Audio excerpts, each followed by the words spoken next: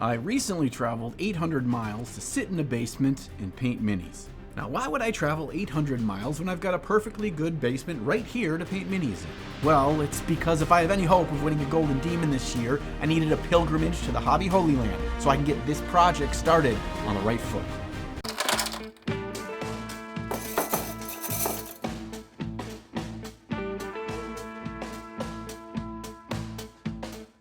Every year, my friends and I travel from around the country to the great Vincy V's house where we have a heavy-duty mini painting weekend.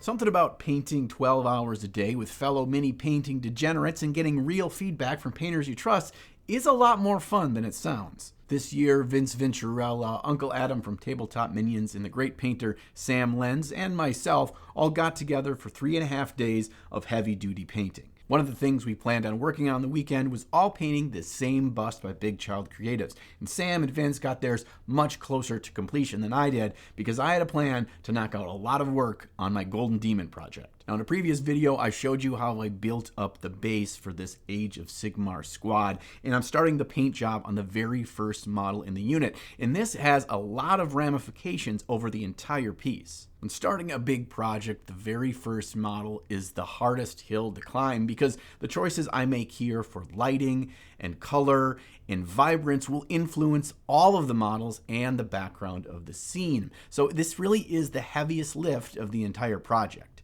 That really proved to be the case because in 3.5 days, averaging 12 hours of painting per day, I didn't finish one dude. But that's okay, it just means that we can finish him up today in the video and focus on the couple of materials that I'll be painting that are very common in our Warhammer hobby. And I get to show what are the steps that I take to go from a regular paint job up to competition level. Now, when it comes to painting for the best of my abilities, there are a couple of tools that I find myself really leaning on compared to when I'm just painting for fun. First thing, magnifiers. Now, sometimes I'll use these just when I'm painting any regular model for tiny details like eyes, but when I'm painting for competition, these are on the entire time. And don't misunderstand that these things are used because your eyesight is poor or you'd need regular glasses for up close. No, these are great because they magnify and make the model look much bigger, meaning every single tiny detail is crystal clear and you can maneuver your brush into very small places to get every detail painted exactly the way you want it. Next thing is brushes. In painting for Golden Demon, I need to make sure I have the crisp, sharpest tip brushes at my disposal, and I typically only use 2 sizes.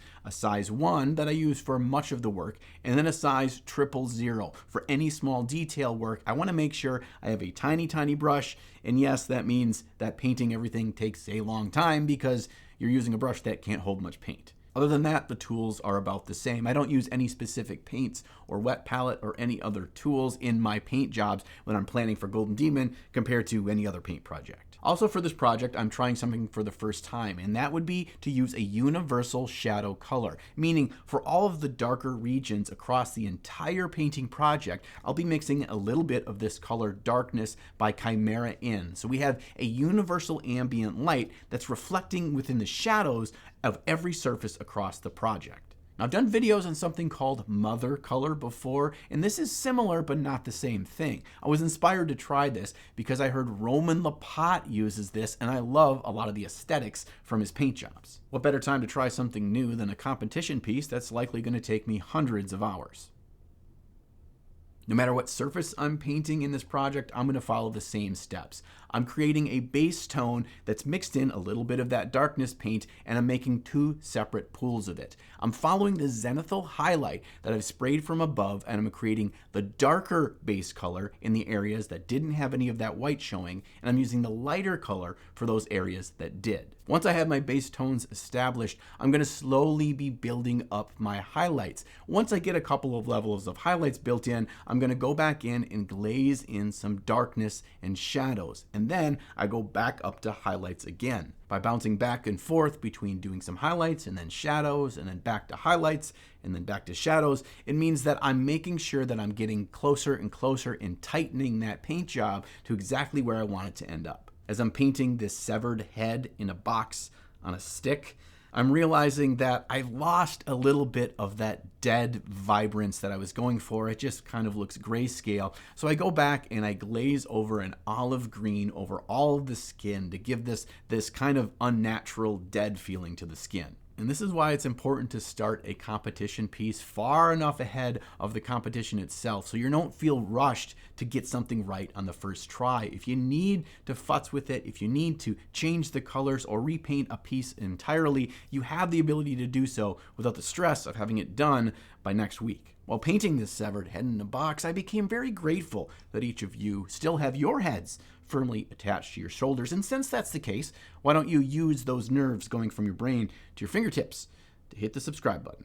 It really helps the channel a ton, so thank you, non-decapitated viewers. I was happy to see that some of the things I still needed to paint up to finish this piece to show in today's video were common materials that we paint a lot. And the first one is wood. I really enjoy painting wood because you have a lot of freedom, as there are many different kinds of trees that come in such a wide variety of colors, as well as other variables in how we paint wood. Things like how old is the wood, how weathered is it with time, or how dried out or damp is the wood. You get the idea. The paint doesn't need to say wood on the bottle for you to use it and make it look like wood. Yeah, just don't overthink a wood recipe. The couple of key things that you want to do is make sure that you add some level of richness in the shadows and darker areas while getting quite desaturated, almost to a gray or a very light tan on the brighter or worn sections. And like every surface we paint for competition pieces, the gradual transition from one color to another is gradual. If I was painting wood for a tabletop model or an army, I'd just use a base coat, then maybe one or two highlights, and then a shade, a wash, or glaze in some shadows. But here, I'm going up through 5 or 6 different jumps, little by little, to create my maximum highlights. Now, one key here, and you'll notice this throughout anything I'm painting in this video, is that I'm using fairly thinned down paint. It's roughly 50% water to 50% paint. So the transitions that I make are always going to be gradual. And I don't just stick with one coat of each color before mixing in the next step up and doing it again. I like to cover each section a bit and then maybe cover that same section, but just a little bit less of the edges so it fades into the color beneath it. And this does take a good bit of patience, and the majority of the process is quite tedious. Today's video is brought to us by ZBiotics, the perfect companion to your pre-drinking experience because it helps you feel better after consuming alcohol. Engineered by a team of PhD microbiologists, ZBiotics is a probiotic drink that breaks down the byproduct of alcohol, which is responsible for rough mornings after drinking. How it works is pretty straightforward. When you drink, alcohol is converted to a toxic byproduct called acetaldehyde in the gut. It's this byproduct, not dehydration, that's to blame for your rough next day. ZBiotics produces an enzyme to break this byproduct down. It's designed to work like your liver, but in your gut, where you need it the most. And while doing some research on ZBiotics, I noticed that the company really stands behind environmental sustainability, which is great, and it got me thinking. There's actually some really great reuse opportunities for this packaging in our hobby.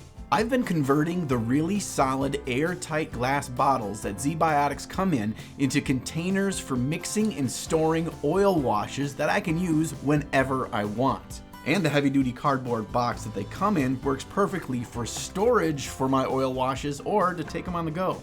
A big thank you to ZBiotics for not only using science to create a really useful product, but also using high-quality packaging that has a second life on my hobby desk. So make sure you check out the link on the screen now and in the video description to get 15% off your first order of ZBiotics pre-alcohol probiotic by using my code NINJON at checkout. And thanks ZBiotics for sponsoring today's video. Taking your time and trying your hardest to paint each surface to the best of your ability has this wonderful arc to it. Now, granted, the first 3/4 of that arc can be a little bit frustrating and will certainly test your patience, but as you get closer to finishing up each section, you'll realize that the depth of color that you've built, the smooth transitions that you've made, the subtleties of different colors in shadows and highlights really show that all the work that you've put in is visible and intricate in the final product. And please, take a moment to soak in the satisfaction and pride of just having completed this one small section of a model. You're going to need that momentum because you're going to have to start it over again when you start painting the next thing from scratch. And for us, that next surface is the metal box on a stick that our severed head is sitting in. Now, as you can see, I've already done a fair bit of non-metallic metal work on this model, in his breastplate and his shoulder pads, but I want this metal to be a slightly different feel and color. And in that way, metals are a lot like wood in that you have a lot of variety that you can choose from as your starting point for color for any kind of gray-based metal, whether it be silver, iron, adamantine, steel, chrome, aluminum.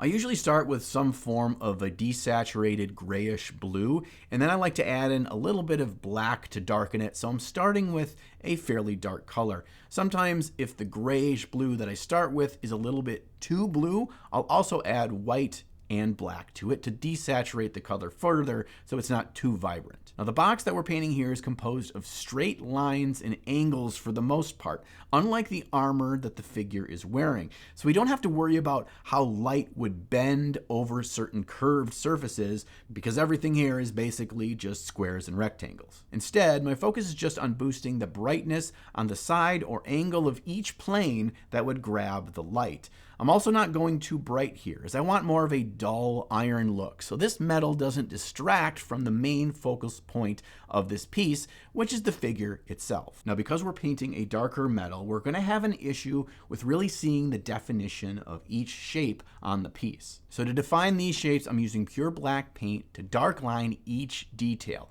I've purposely not used pure black at all on the model up to this point, but because it's thinned and in very small quantities, this pure black shouldn't really stand out too much. I did struggle quite a bit in making all the odd shapes and tiny details on the little doors on the front of the box read as metal. But it's important to remember that one of the reasons why non-metallic metal seems so difficult to paint is that because it does not typically look good until you get to the final steps. So if you think you don't know how to paint metals, it's just because you haven't pushed yourself all the way to the end of the process. If you do that, you'll realize it's not as difficult as you may have thought. The key is to understand that you need to go quite bright, even on dark metals, as you build up your final highlights. And only when you get those final tiny touches of bright edges and dots that we trick our eye into reading the surface as metal. The final thing we need to paint to finish up this first model for the unit is this little skull that's on top of the box that's on a stick that's holding the severed head. I'm glad there's not a bird perched on top of the skull. It's like a 12 Days of Christmas.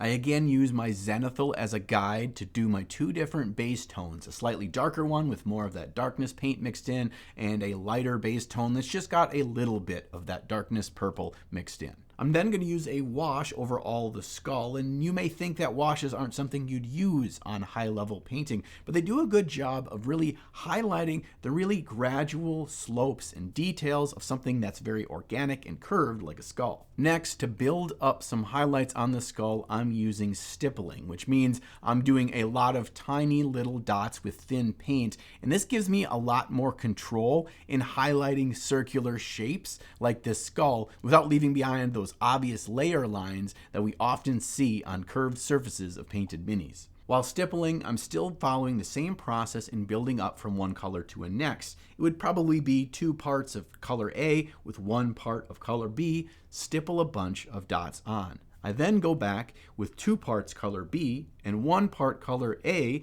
and then I stipple more dots in a tighter circle. I proceed with this process with color C and then color D until I get to the point where I feel like I have enough depth of color and highlights built up just painting tiny dots. One thing I'm really cognizant of here is how bright I'm going to go with this ivory skull, because skulls can get almost a pure bright white, but because this skull is not the focal point of the piece, I do not want it to be too bright. So I'm going with a more aged, sepia-colored look. While still showing the depth and some brighter parts to it, I do not need it too bright. Well, after about 40 hours on just painting the guy, I put in another 10 on the severed head in a box on a stick with the skull on top. But I guess that's kind of what painting for Golden Demon is. And don't misunderstand, that doesn't mean that painting for every competition needs to be like this, but you need to have a certain level of masochism if you want to earn that coveted Games Workshop trophy. Now that I've completed the first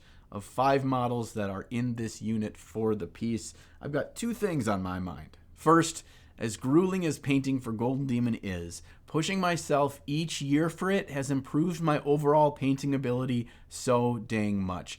Not just for high-level painting either, but all of my painting. I can see where I've put in the hours, and that's helped me.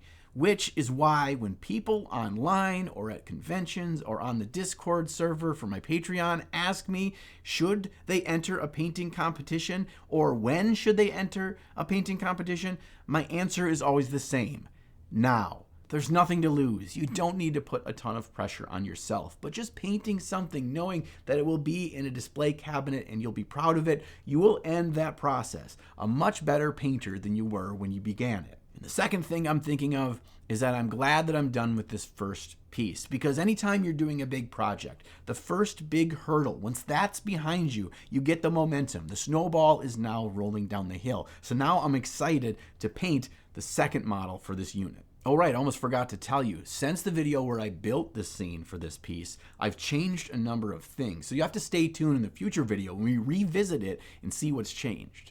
Oh, and thanks for tuning in to videos like these. It takes hundreds of hours to complete the project, and it really has become an absolute obsession of mine to become good enough to one day win a Golden Demon. And because I'm able to work on it for videos, you're going to hopefully make that possible one day. And thanks for all the other support you give, like subscribing to the channel, joining me on my Patreon where you get to see my weekly updates behind the scenes of this project and others, maybe picking up a bit of merch on my merch store with links down below, and using the links down in the video description to pick up your hobby goodies where I get mine at a discount. I know next week is Christmas, but I've got a great video that just can't wait. So I'll be back here next week for it. And sometime between now and then, make sure you find time in your day to slay the gray.